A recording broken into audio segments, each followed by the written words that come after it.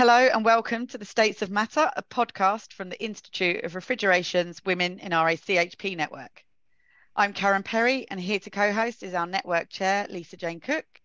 This episode, continuing our theme discussing subjects of interest for our industry's women, we welcome our first ever international guest, Colleen Keyworth. Based in Michigan, Colleen is a board member and current president of Women in HVACR, and also president of the International Women in Cooling. Welcome, Colleen. Hello. I guess firstly, really, tell us from yourself a little bit more about you and what you do for the industry's women internationally. Hi.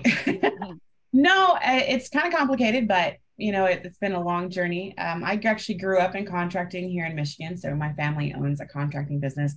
My husband's a technician and plumber, and now he's a distributor. And my father is a contractor, my uncle is a plumber, and we have two businesses out of the two of them. So one's the contracting business and one's the marketing company for contractors. So my actual paid job is a marketer. So I am the sales and marketing director for our company Online Access, and I handle all the marketing and strategy for contractors all over the US and Canada. So we have about 600 some odd customers that we deal with on a daily basis. And through that, I immediately got involved when I joined the industry back up again in Women HVACR. And that was a huge, honestly, the huge success story behind my career. Honestly, that was what propelled me probably to meet as many people as I have, to do as many things as I've done, to get involved as what I've gotten involved in, because it really was the fast track networking and just learning about how much bigger the industry is on a national level than just localized. And I think as a contractor, usually we try to stay in our own bubbles and we're very local. But then you realize when I get to the marketing company, it's a huge, huge industry. And so being involved with women, that was the last 9 years of my life. So I was last year's president and this year's immediate past president. And so I would do my retirement at the end of this year for Women in HVACR. It's been almost a decade of my life and a labor of love for sure. And since we started with the Women HVACR stuff, we got recognized by the UNEP and the World Refrigeration Day Secretariat as one of the largest groups for women in this industry in the world, which we still don't believe. But it's crazy to kind of put that all together. But when we think about it, Women HVACR is a 20-year-old organization, and we've grown over the last couple of years. And it was it was humbling to kind of get that perspective, and then being invited to join INWIC, the International Network for Women in Cooling. So we dove into that about 2 years ago now. We actually ignored the emails from INWIC the first couple of times, or from the UNEP, because we thought it was spam. So it was kind of crazy how that went down. I met with Steve Gill and a couple other people at the AHR Winter Conference in Las Vegas a couple of years ago. And that's or the ASHRAE Winter Conference in Vegas. And that's where it kind of kicked off and kind of get started. And here we are today with INWIC as an officially kicked off group with about, I think, 14 partners. And we have a lot going on for us this week. We're launching a website. We're, getting our social media together. We have lots of interest to be involved in other different events that are going on too. And as of last December, I was voted in as president. So it's been kind of a whirlwind. But that's kind of in a nutshell what's kind of going on. I know that was probably a lot. You'll get your retirement from one and then straight into the next one. So pretty much. Yeah. I suppose you're going in with your eyes open now that you kind of know the I've been through all stages. So I've been through the very beginning stages where you're scratching and begging and everybody's using their own resources to get everything going to the point where you can sustain yourself. And now you're big enough to support not just the board, but its members. And so I'm happy to lend a lot of that expertise going into INWIC, because we're going to be in those beginning stages. One of the cool things that INWIC has right now that we never had, as far as even just starting out, is we just have the option of paid staff. We have Rosie, who's our admin, and that's even having that. Women HVACR is just getting a paid admin right now. So it's nuts, the comparisons, and then learning just culturally the differences between different organizations worldwide, and seeing what we learn from each other. So it's been kind of a neat experience overall. I think that is one of the things that's really special about it, is the fact that we've got the opportunity to learn from each other, and we've all got very different experiences. For us in the UK, we again brought together by Steve Gill, but we've been going since, was it 2015, Karen? So it's a while now, and we are learning from each other. But actually, when we start to share those experiences internationally, there's so much more we can do to accelerate our progress. I think that is what's really exciting about INWIC. It's crazy to think on a world scale that like everybody has it different though, because now you have to throw in things like culture, and you throw in just the idea of women filling these roles, whether it's engineering or field technician, or even just being involved in the industry in general. Overall, I think we have an optics problem when it comes to women in the trades.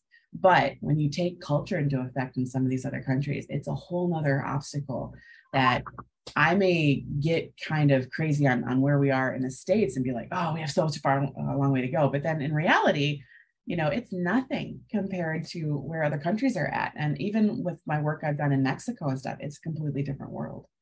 For us, I'd have to say professionally, women make up 20% of the HVAC industry, like manufacturing, wholesale, distribution, or the RACHP industry. I've had to learn to say that. And so that's kind of a different thing. But like in the technician and field and engineering level, it's somewhere around 3%. So there's still a big disparity there. And so comparing that to other countries, it's even less than those numbers. A long way to go, but we have so much that we can do working together rather than apart, which is kind of a cool opportunity that this gives us. Yeah, I think that's key. And actually those figures sort of sound fairly similar to us. I think we've probably got a few more women working in the back office roles here, so probably more than 20%, but actually, and on the tools and sort of technical, we are sitting probably between 2 and 4, so similar. But we know from the research that the IIR did that, you know, there are other countries, even, you know, around us that are doing so much better than we are. And it's having that opportunity to find out what it is that they're doing differently.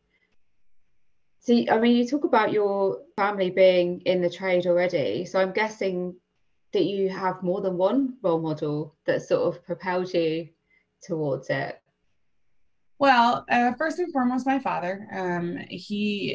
He's the contracting in the States. He holds the contracting license for our business, and my uncle holds the plumbing. So both brothers took the business and split it 50-50. My grandpa gave it to both of them and split it down the middle. As a kid growing up, we did a lot of projects and sorting copper and working on the side. And I'm sure all the child labor stuff that you're not supposed to do as grandkids in a family business. But I did learn a lot then. And I was like, I don't want to be involved in this at all. I had no interest. And I actually worked for the contracting company for a little bit out of college. And I did emergency dispatch for a hot second. And I got fired as a punk kid, rightly so. And I went off and did my own thing. My dad had always been bugging me, saying that I'd be great at sales or great at, you know, doing public speaking and stuff like that. And I was like, not a big deal. And so it took going to another conference and doing something with another friend that somebody was like, yeah, you'd be really good at this. And for me to call my dad, I think it was years later, and just be like, all right, is that still available? Is it still an option? Do you think I want to try this? And so I joined the marketing side of the business in 2013. And then joined Women HVACR, honestly, in 2015, right after that. And my dad has been probably the biggest support of the entire process. I mean, as far as not just what we do for our business, for the marketing company, but anything we do for women. So we've supported the women's site, and my company has done the website and helped like from day one. Even before I joined, my dad was doing the Women HVACR website before I even was in the industry. So he's always been a strong supporter. And then anything I've done on top of that, he's been a big cheerleader.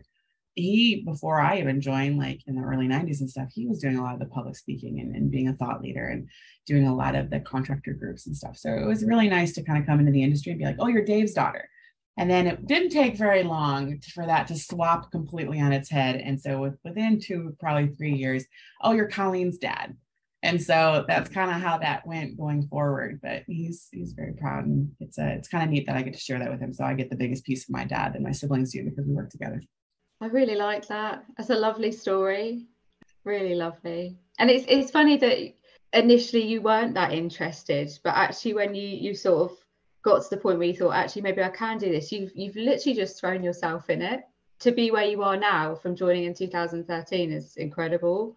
So like, it's been crazy. I've learned quite a bit. And even as a person, like so even being in 2015, I would have been about 26, 27 years old. And Don't count that back. I don't even know if I have that right, but around that time. And I was just like, learning as far as the business professional level, doing conferences, how to even dress, how to, work a room, like all of that. Like people think that it's an assumed skill, but there's actually some skill to that. And there's even etiquette, there's protocol, there's how to host a business there. And I had like the best mentor. So besides my father being my biggest cheerleader in my life, I actually had a mentor that brought me through that I met on the women's board. So when I joined Women HVACR, I saw these ladies at a conference in Nashville, and with my dad, I was working a booth with him for the trade show. And these ladies had these great sparkly lanyards. I know I'm a sucker for bling, but they had these sparkly lanyards, and I was like, I really want a sparkly lanyard. And so I talked to them, and I learned what the organization was about. And I met my now mentor, Patty Ellingson. She was the president at the time, or the immediate past. And so immediately we just clicked. And she was like, you know what? I see something in you, and we're gonna do this. And so she, anything that she had going on, she brought me with her. Any availability, like everything from, and this is the whole board that we kind of do this with. Like if we're going to a show, we need to swap hotel rooms, or hey, do you have something that I forgot? And that sounds silly, but that's part of the network that really makes it easier to do our jobs. Is that we always have family, if you will, on the road. But then things like, okay, I got a pass to this party. I'm going to introduce you to these people. And you never walk alone into a room. And you're always meeting 10 times more people together than you are alone. And that does wonders for your business, for a connection that you didn't have before. Now you have now. And now that enabled me to make a partnership for my own company. And then you get credibility because of the people you're hanging with. And in addition to that, you're learning all the time. Like I was learning, honestly, how the supply chain worked. I was learning different things about the different types of equipment and what different reps did and everything like that. So that was the speed course of stuff that I feel like a lot of people take for granted, is even the terminology, how the workflow works, who you're talking to, what the food chain is in the industry, all of that stuff. And I got that at a breakneck pace because of the women I was working with. And I had a board of like all tigers. Now, the downside to working to an all-women board is, of course, that we are all tigers. None of us got there by accident. And so that was the other learning curve for me, very much so, is that learning how to do professional email and email chains and responses and things that, everybody takes a little bit, like, yes, it's business, but of course, when you're women, you tend to take things a little more personally. And so learning how to navigate that, how to work in a board structure, it was a lot to learn. And I definitely was not good at it at first. And it's been a while to be a lot more diplomatic, a lot more patient, and so bringing all that with you. And also like when we started meeting in person, and that's my goal with INWIC eventually is that things became a lot easier when we as a board were able to do a lot more personal touch points, just because you had more equity in each other. And you didn't have this mistrust either. You didn't have this innate, like, I don't know who you are, so you're not really real to me. Like, it's just something that comes across my desk.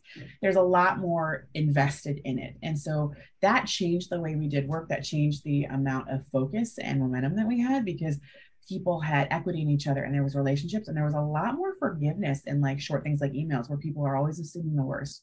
Those are things that I've just innately learned doing what I do. Another thing that we try to battle quite a bit in, I don't know if this is the same in the UK or anything, but we've learned that women's groups have a lot of amazing things that they can do for a woman's career, of course, but the other side of it is women sometimes can be each other's worst enemy.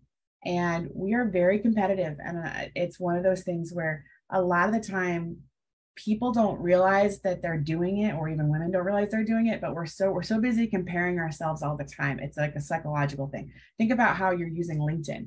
Think about how you're using Facebook even, and how a woman goes through Facebook and how a man goes through Facebook are two different conversations in their head, whether it be like trying to support another woman or looking at what they're doing and saying, oh, I should be doing that too. Like, it's crazy if you actually break that down. And so actually having an active mindset of supporting one another is actually not something that's innate to most women.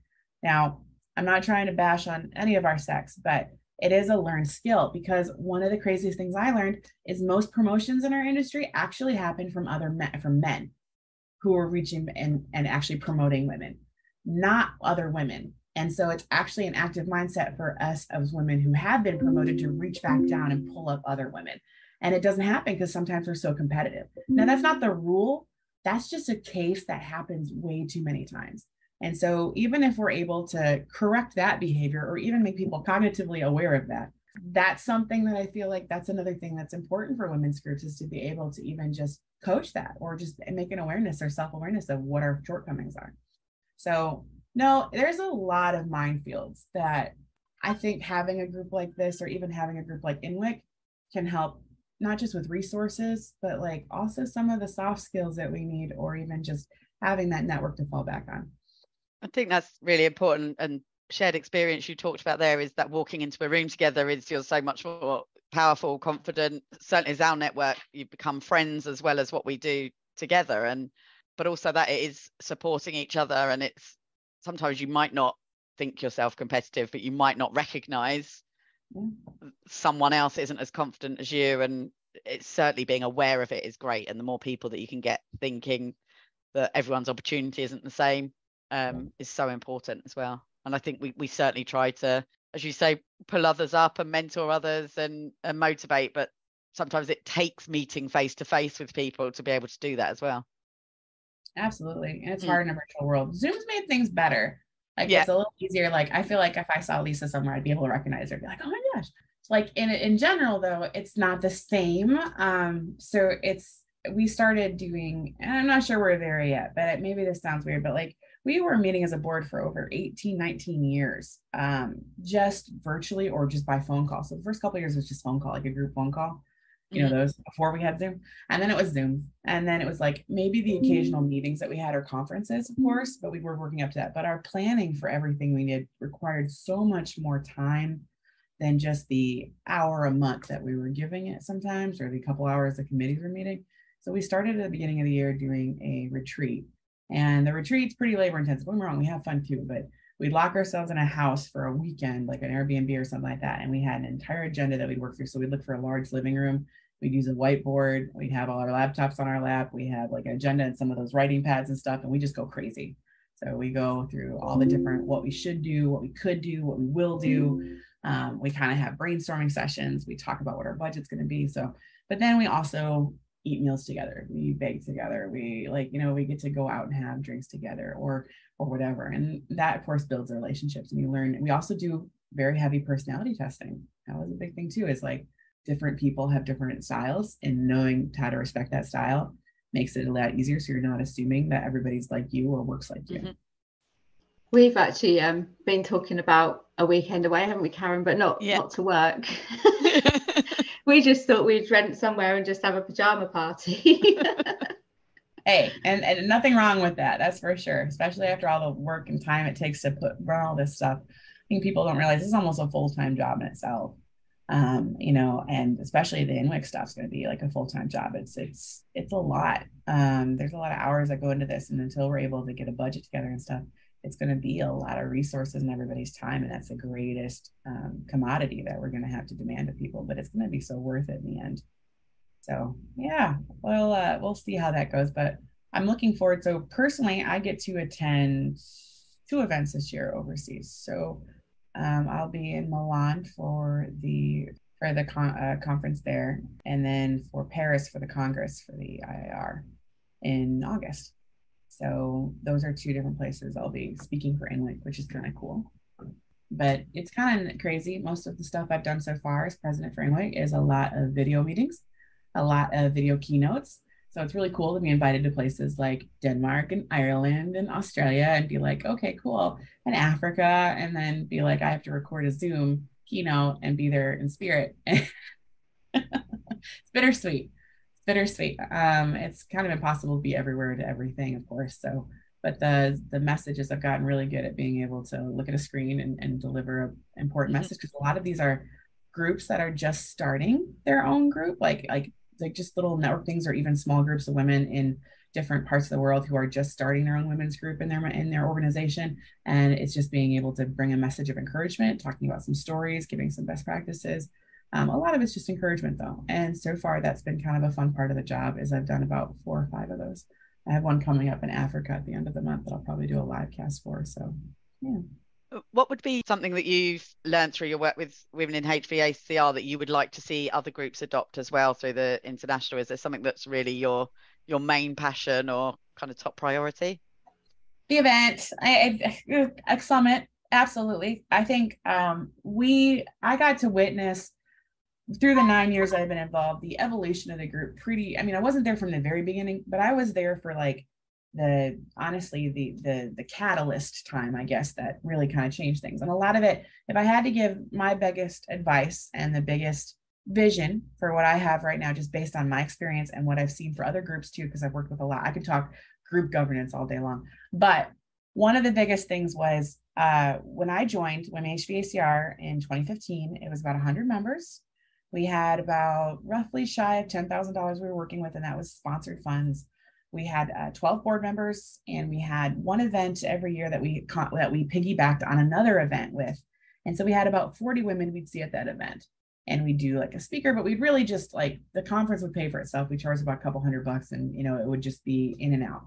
And that was it. There wasn't really much to it, but we would be begging for sponsorship at everything that we attached to. If we did a show, if we had a party, if we did something, we would be having to reach out to sponsors and be like, hey, will you sponsor this? Well, like immediately I saw that this was not a sustainable model, and there was things that we needed to do. And one of the biggest things, and INWIC, that's why my big push with INWIC too, is the marketing. We needed to have a brand. We needed to have a story. We needed to be recognizable, because so much of both organizations, we don't have like a physical address. We are so much online that people make their initial reactions to, or even finding us or their discovery of us online. And so having active social media with a clear brand that looked like it was updated from like current times, to having a website that looks like people are actually on there and there's pictures. My biggest motto to my group was, if there wasn't a picture, it didn't happen.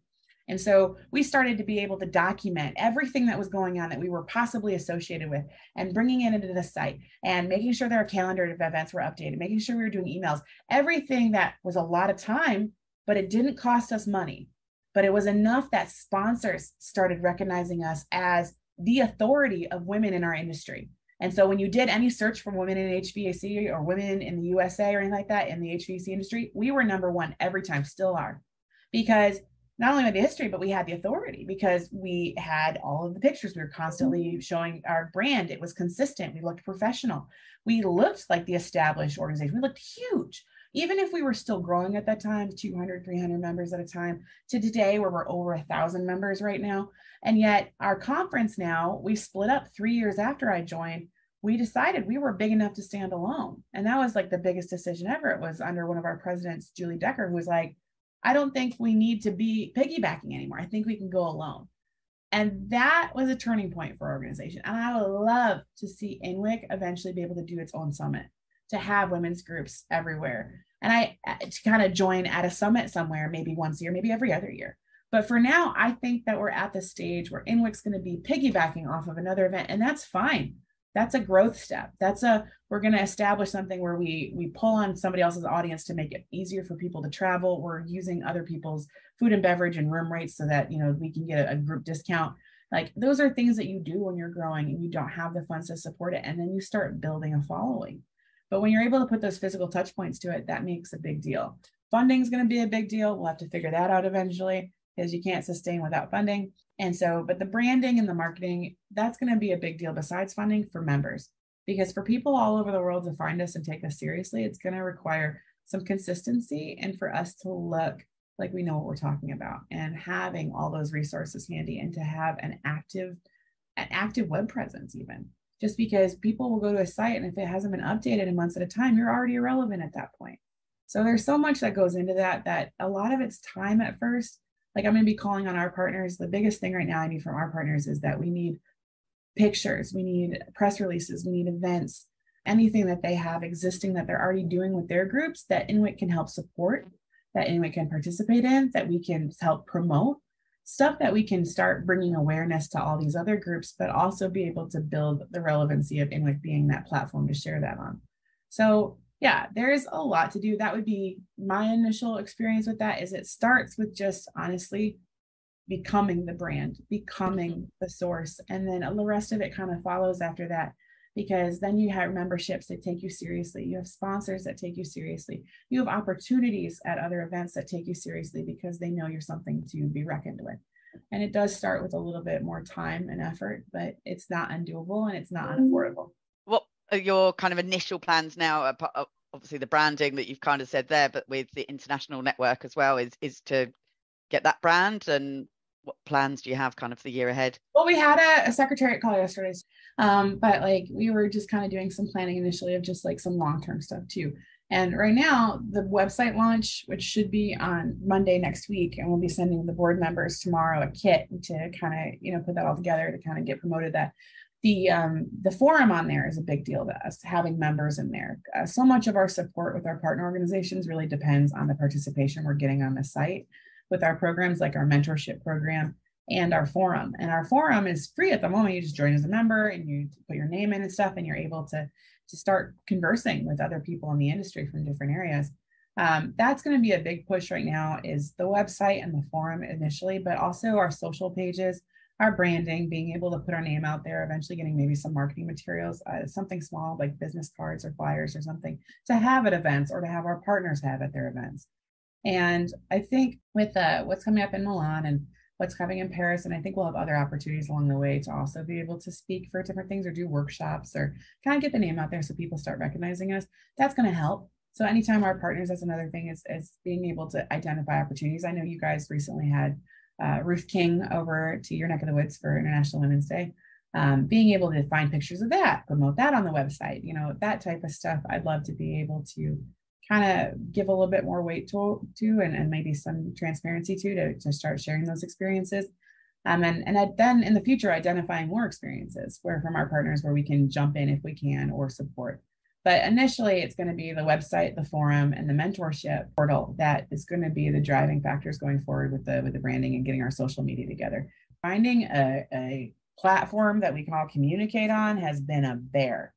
It is a huge challenge. So WhatsApp works for the most part for most countries, but not all countries. So one of the biggest things on our board that we've used is Slack. And I'm sure Teams is one of the things that are out there too. We're trying to find something universal that allows people to, not our board specifically, or our partners specifically, to communicate instantaneously. The forum on the website is like the large one. That's like for members and for being able to plug in and network and stuff. We're talking as a board to work and even communicate where it's not just an email chain of death, where you're looking at something a little bit faster, a little bit quicker, some instant messaging capability. But we have challenges that other countries have different restrictions that we're having to work around. So that's probably another one of my goals, is to find something universal that works for everybody. Yeah, I'm not even sure there is, but if you find something, we'll create that unicorn. But I would hate to leave anybody out. WhatsApp seems to be the most popular, but we still have partners that can't do it. Teams seems to have some options in that, so we'll have to figure that out too. We'll definitely get there. I mean, the one thing going for us is that we are all very determined women, so we will find a way. Right? It's really good. And like you say, I do sort of know you because we have started to work together at INWIC, but actually to have some of these insights into you, like your career journey and your thoughts, and like I say, it's just been really nice actually just to have this conversation and get to know you a little bit better. So again, for me, it does highlight the importance of that networking and like, as you say, the face-to-face, and Karen will agree with this as well, that the opportunities that we have in our own group to get together face-to-face, whether that be at an industry meal where we sort of just with different people, but we all sort of come together and we walk in together. That's something that we've always done, is we'll meet in the bar and go in together, and having that, that group. And even like, I've said this before, but it's like finding my tribe, just having a bunch of women.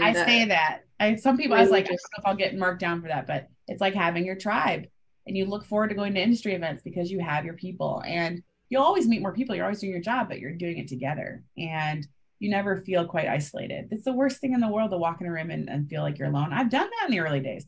You walk in a room and it's 90% men. There may be 10 women in the entire room, and I know 2 of them maybe, and it's just me, and I'm walking around just smiling, and I know like 2 people, and I feel like I'm only clinging to the 2 people I know, and I hate that.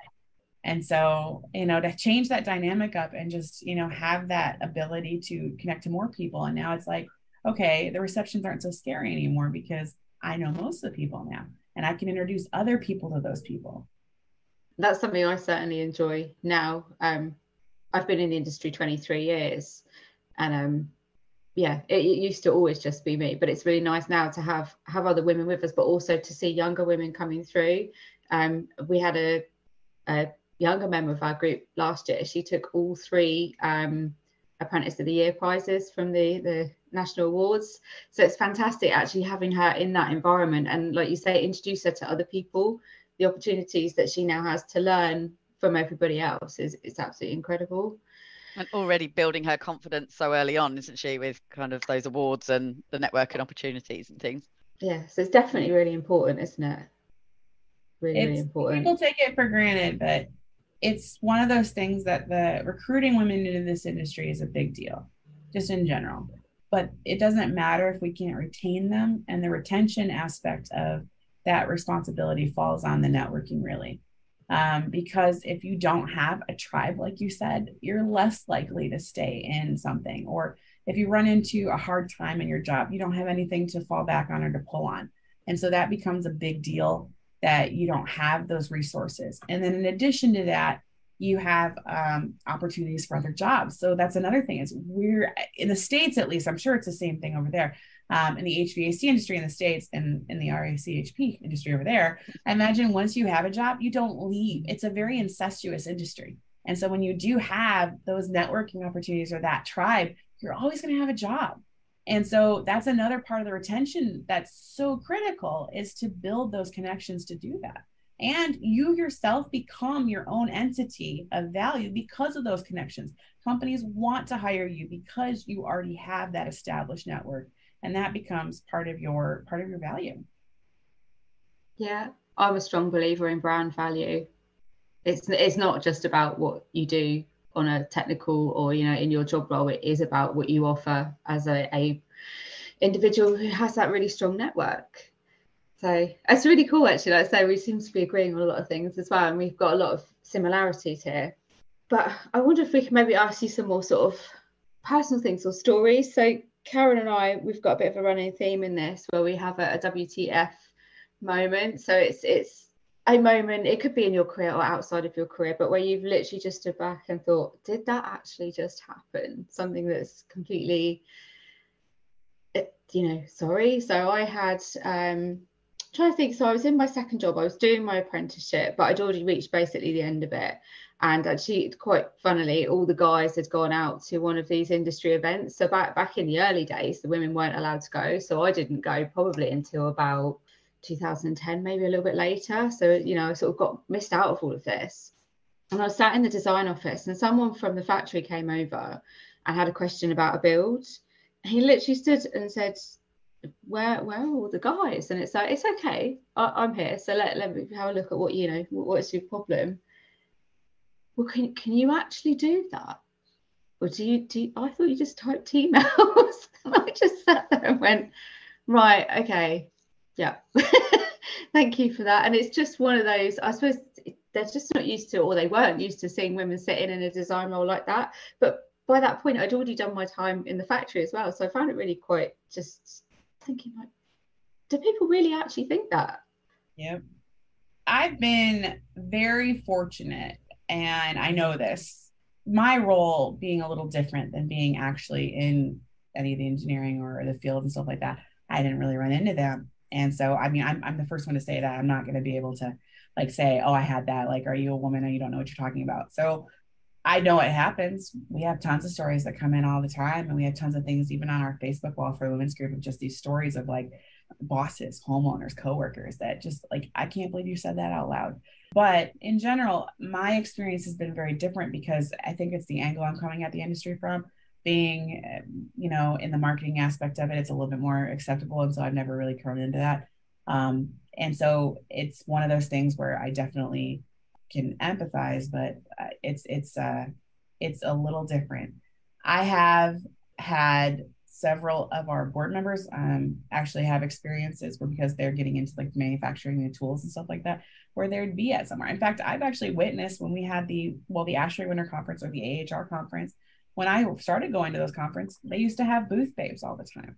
And they used to bring those girls in, and I'm sure they might still do that ish in Children's, I'm not sure. But I know AHR, we don't do it anymore, which I love seeing the fact that it's come that far, that it was enough of a voice of women there that were like, look, I don't want to be assumed to be that short skirt seller that has that you hired to come in your booth to attract more men to talk about your product that I don't know anything.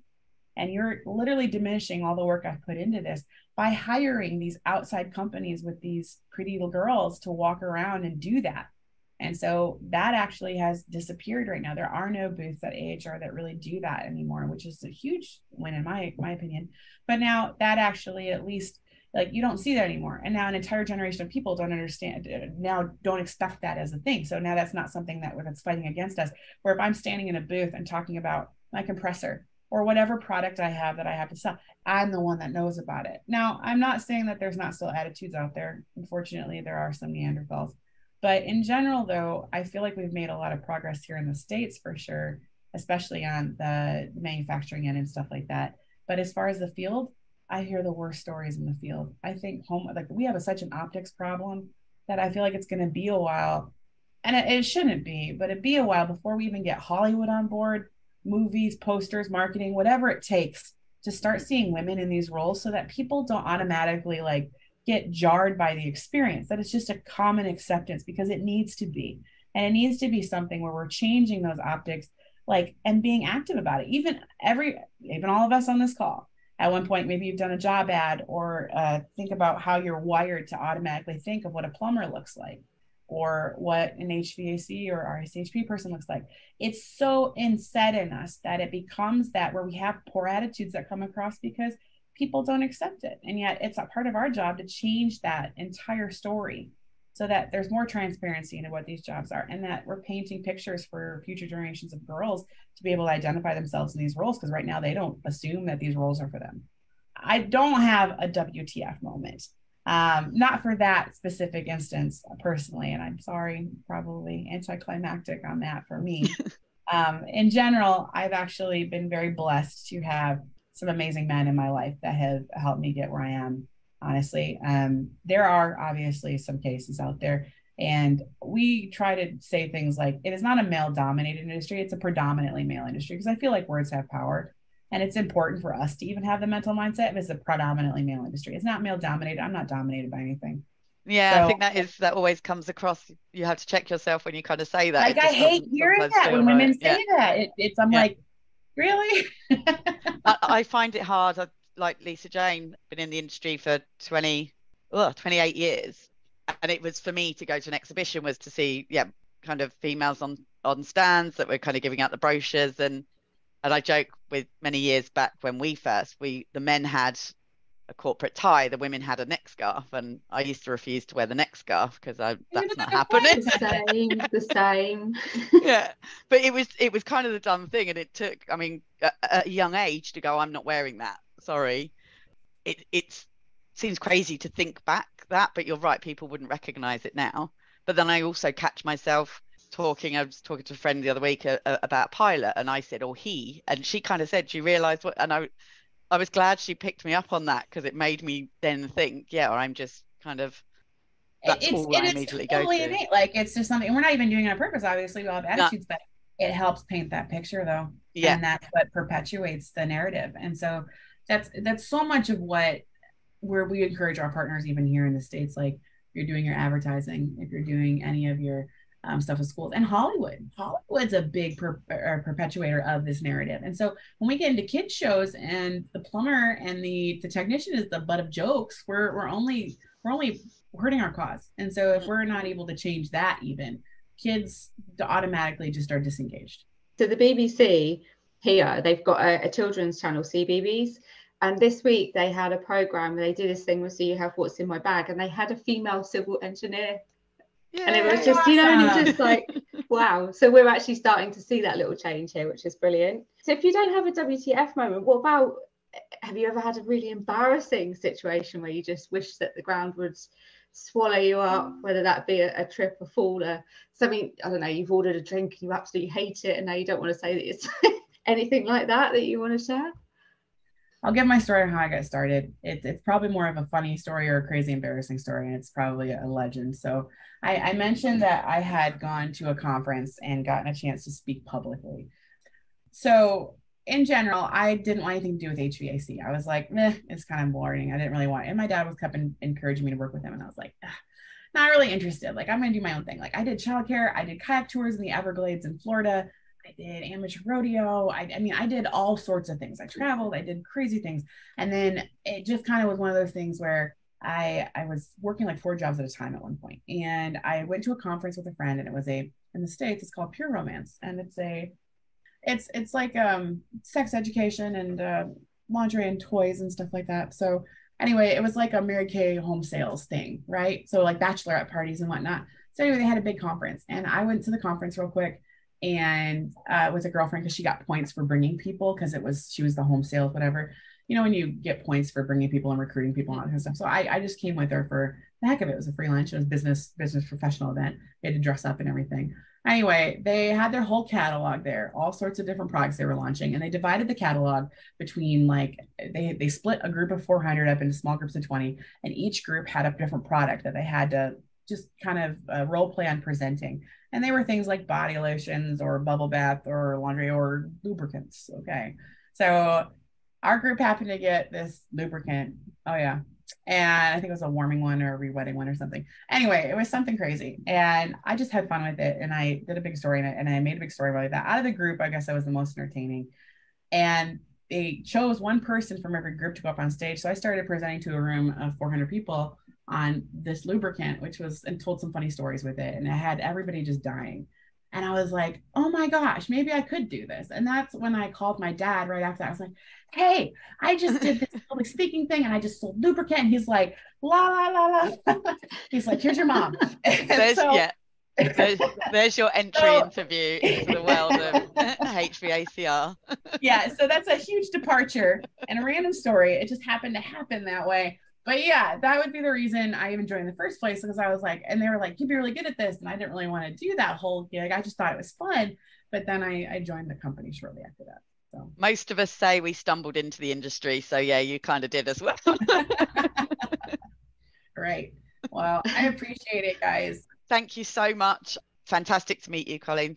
Thank you for listening to this podcast. I hope you found it interesting and inspiring and funny at times as well. Please download the rest of the series. Keep an eye out for social media posts where you can listen again, see what's next, and share with your colleagues, and even let us know what you want to hear more of. We'll also add some links into INWIC as well, so that you can get more involved with the website that Colleen talked about and forums. You can get more involved with our LinkedIn group, IOR Women in RACHP, and help to spread the network. Please get in contact if you'd like to reach out about anything where we can support. Thank you.